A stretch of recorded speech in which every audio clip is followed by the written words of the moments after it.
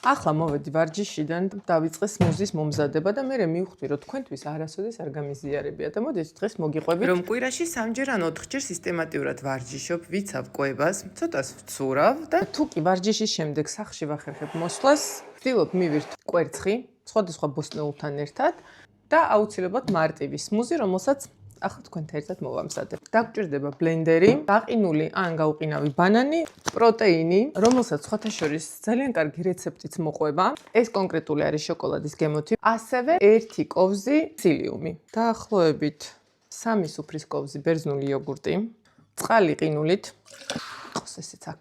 1 ცალი ბანანი, მისი სიტკბო ჩემთვის საკმარისია, გაყინული კენკრა. ეს არის მოცვი. პროტეინს როგორც წესი მოყვება თავისი საზომი კოვზი, 1 კოვზი პროტეინი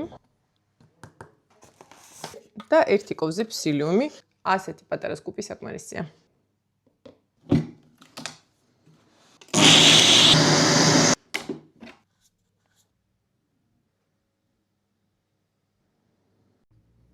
აბა გავსინჯოთ.